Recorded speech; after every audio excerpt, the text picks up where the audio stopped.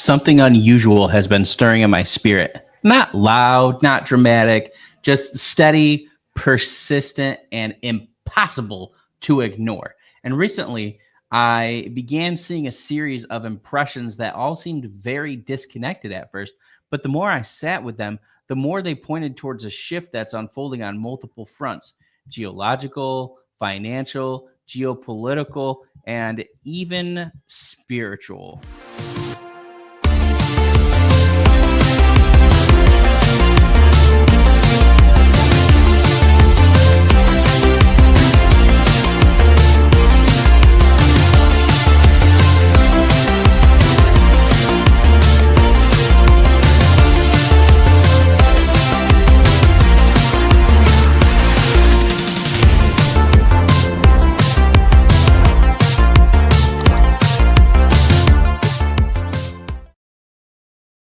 Hey, everybody, welcome to tomorrow's headlines. Today, I'm in my new office at our building. We are still moving in. We still have a lot of stuff.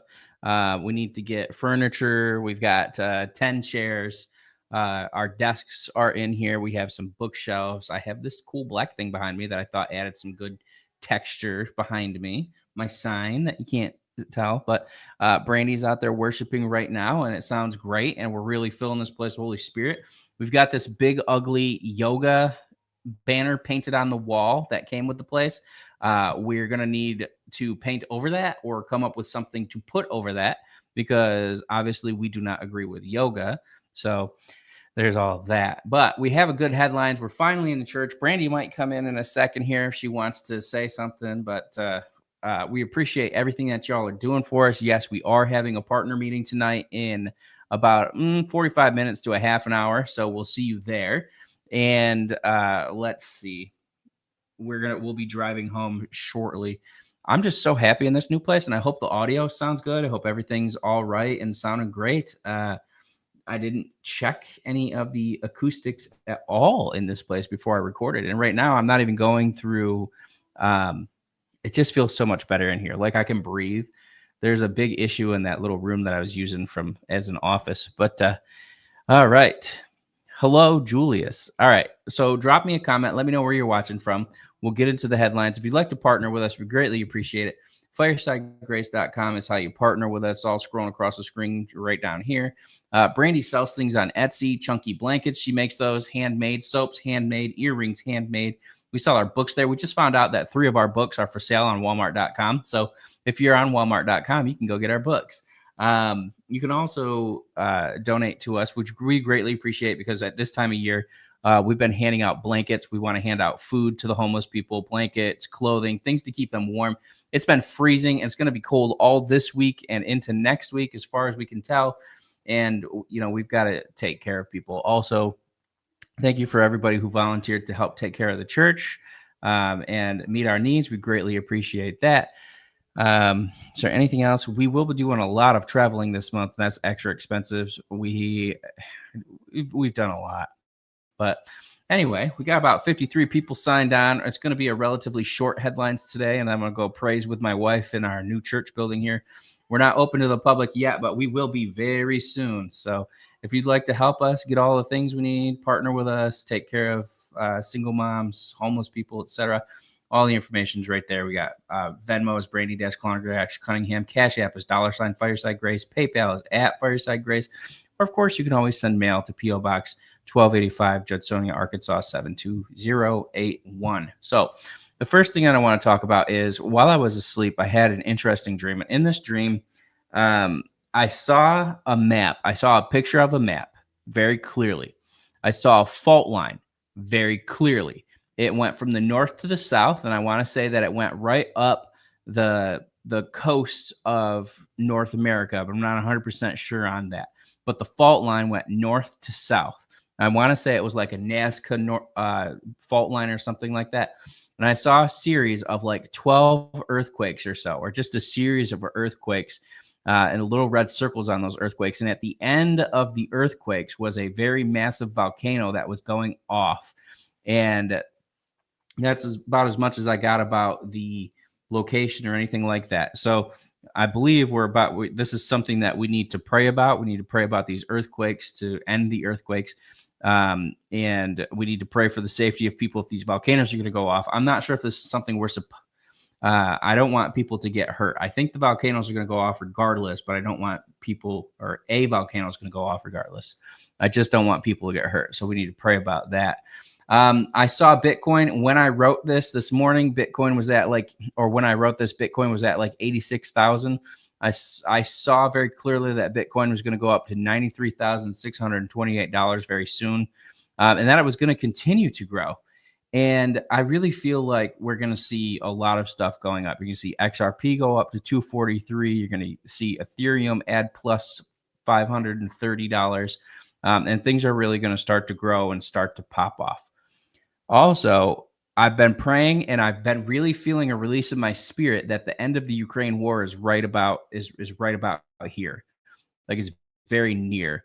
And I've been feeling it for a couple weeks, and I don't know if I've mentioned it before or not, but I want to just bring it up now and let you know that I was feeling like it was going to be right in that in this close time frame, maybe even before Christmas. Let's pray. Let's hope. Let's get that senseless war ended. Senseless to us. To Russia, they have their reason. They don't want to be vulnerable with nuclear missiles planted right next to their in a spot where they wouldn't really be able to react to it very quickly, right next to their border, and to us, it's like, well, we don't want you to have nuclear missiles in Europe. So, you know what I mean?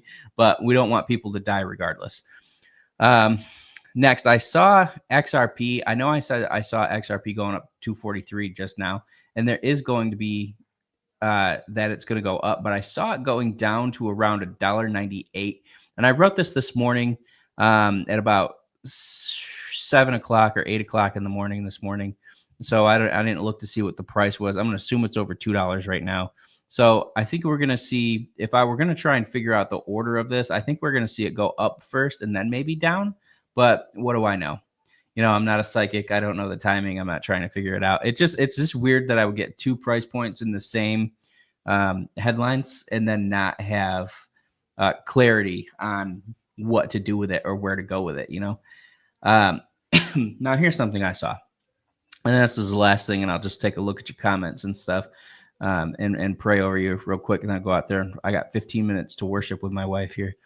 I saw that illegal aliens were going to be losing all of their benefits. It won't be everywhere except for California, and then California, it's going to become a federal law, and they're going to have to fight California to get them to give it up, and maybe even a little bit of places like New York, but not as much. You'd be surprised that the general population, the general popular opinion in New York is really more Republican than Democratic.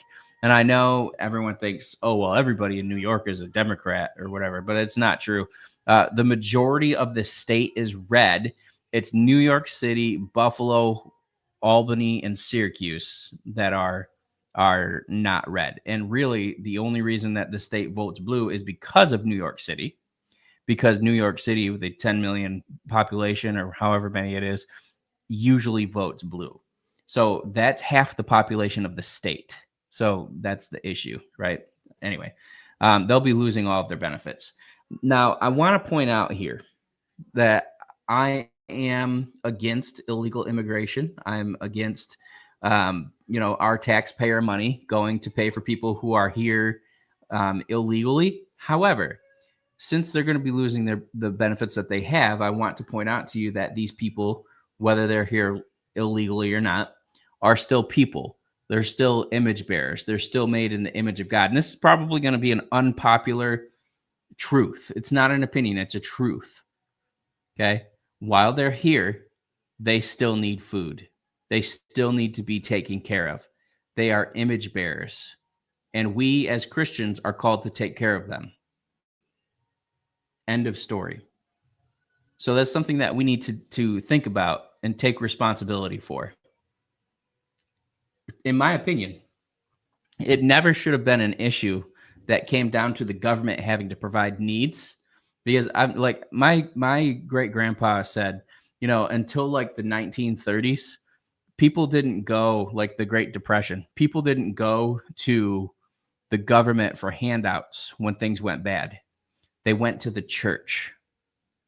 And it just kind of goes to show how the church kind of fell away. that people really don't feel like they can go to the church to get help. And a lot of times the churches can't help.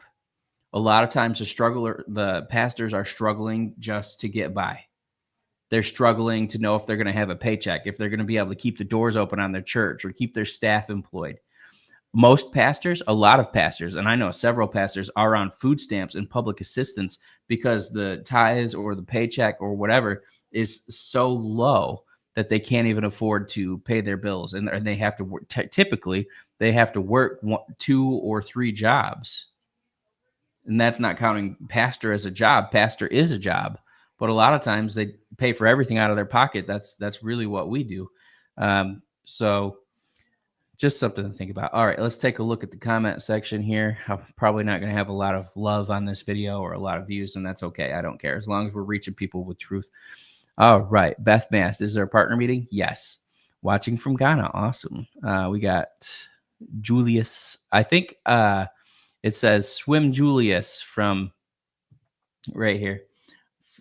From Tulsa. We just spent probably an hour and a half or 2 hours in a field a couple days ago chasing our cows around in circles trying to get them on to the back of this trailer. Finally, they got tired. We just chased them like Stone Age people because we didn't have a little chute that we could run them down or a tiny little pen that we could lure them into and shut the gate on them. But super, it was fun, but also very tiring. And it's always very rewarding when the cow jumps on the trailer and you shut that gate real fast. And Andrew the bull, though, he was not super happy. Hey, Robin, what's the information for the partner meeting? If you're a partner, go check your email. It is in the email for when it says, hey, welcome to the Fireside Grace family, or and it'll be there. It's the same link every week. Frank Lynn CV from Ocala, Florida. Hello, Robin. What's the information? We already just covered that. Hey, brother, snowy Ohio in the house. Yeah, it's cold out here. Yeah, we had ice, not snow, but ice. Faustino from Rhode Island. We got 016S5H from Toronto, Canada. Mary Lynn from Georgia. You know, look, guys, I can't wait for y'all to come visit us here in Arkansas at our church. It's going to be so fun. We'll let you know when it's going to be open, probably January 1st. So plan that. Okay. We got Sarita Zambrano from Florida, and Liza says, would you please pray for me? We will pray for you. All right, guys, that's all I have for today. Love you guys. Be blessed, and I'll see you again tomorrow. I'll be on live with Brandy.